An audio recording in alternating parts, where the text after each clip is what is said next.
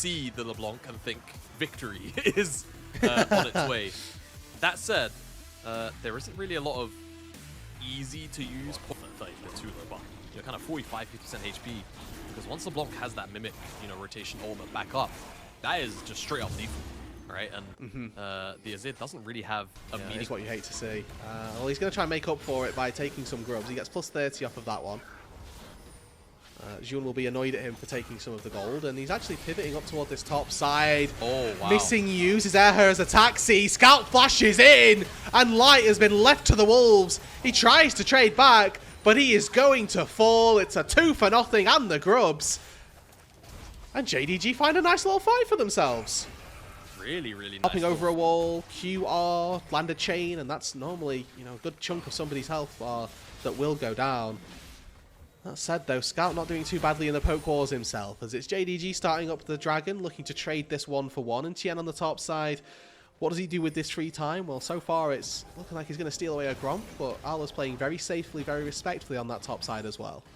Yeah, doesn't want to give over a kill or any more. Lurking in the backline, notorious late game threat. You've got a good front line in that Poppy. Won't call it an amazing one, but certainly something that can stand in the front. And with the MF as well, not a champion that notoriously does a lot of damage as you move later on into the game. Happy for JDG to try and take this a little bit slower. And with that, Tien is the one that flashes forward.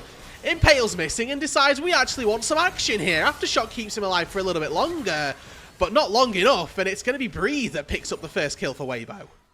Yeah, cheeky little pick after the objective. Scout not going to elect to hit this top tier 2 here. And Weibo are going to just try for the time being. Tien is just going to give him the hover, right? And ward is going to let Tien know he's there, but unfortunately the JC has just about enough range to be able to buffer Tien out of his own little bit of CC. Yeah, that's a very nice interaction for the Jace to have on his side as Xiaohu hops forward. Chain's going to land, and a quick half HP trade gives Xiaohu a little bit of a leg up, but when Scout took the turret, he's just going to go back and recall and has teleport to get back into this fight. With Drake spawning in about 5 seconds time, both team has 1 Drake apiece. Scout goes back, recalls, doesn't actually pick up anything from his items as he moves into the mid lane, and Missing looks for an engage. Doesn't really seem to have found anything too great, as it's actually Light finding the first kill, and Tien just falls on the back half of this. Pays, dashes out of one distortion, gets caught by the other, and Xiaohu takes JDG on a merry dance as Scout flashes forward, throws soldiers into Narnia, and gives his life for the cause. Breathe goes forward and buys the rest of the space, and now Pays has to run for the high hills. Breathe with flash up, ready, goes on top of the JDG AD carry, and he's going to get out to safety for now, but a big win for Weibo in mid lane. A big win for Weibo, but the pressuring Pays in that fight too to really shut his ability down to open up with those 2 items. So all in all, Weibo just do a fantastic job of navigating that exchange. And it does feel really good for...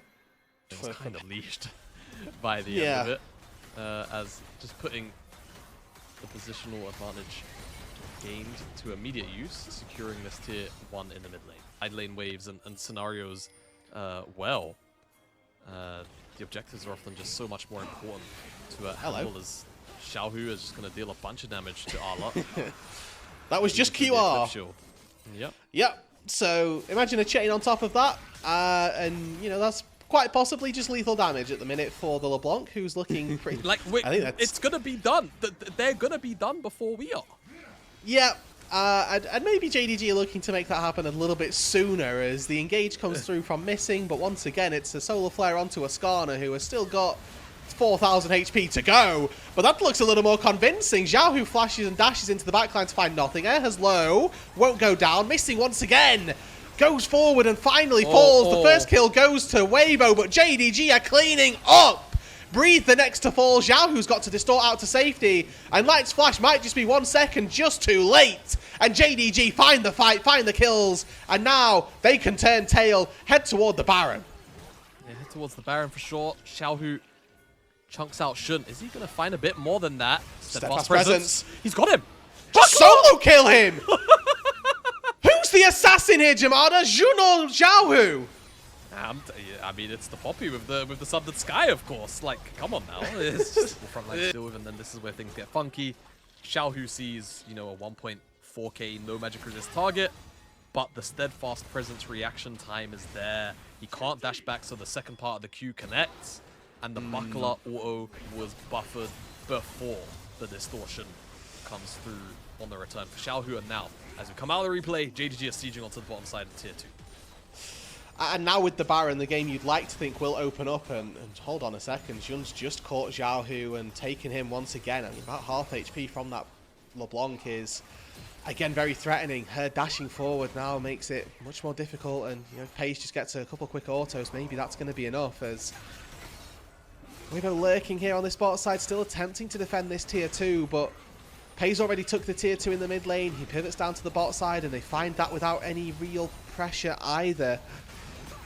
And a slam into the wall onto Tien, who does just get melted. The culling to finish off the job, and Arla's auto will finish the deal as Jun also very low. Bullet time, Magnet Storm combo looks good, but Scout eviscerates Light in the backline. And Breathe now is the next target. Xiaohu's dashing away, Breathe is out, and 1 HP left for Xiaohu as they take the bot side and seem to be taking this game by storm. Yeah, and you can see why Rylai's is such a frustrating item on Azir to deal with. I know there's a lot of discussion amongst not just Azir players, that was just the Leandries, right? Like flat out. And, the damage is still pretty comparable auto to auto. But if you get 4 ball autos in because of the Rylai's, then yeah, it's you know, it's a bit.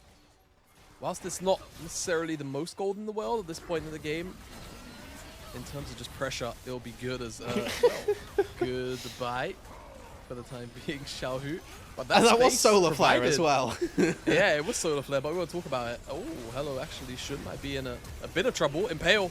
Flash from Tien here, gets out of that dangerous position, but it's already 1. That's going to be 2, and despite the bullet time reigning over missing, Pays has dashed in. He's taken down 1, and the rest of the team will follow up to keep him alive. 5-0, JDG take game 3. Not quite 5-0. Xiaohu squeaked out somehow. Oh, which is well, he should have died. Big surprise. But he should have died, I agree. And even with him being on the map, I don't think he's going to be able to do too much here. Steadfast presence, goodbye. And it's JDG that bounce back their blue side game right back on top, and with a game number 3 rounded out.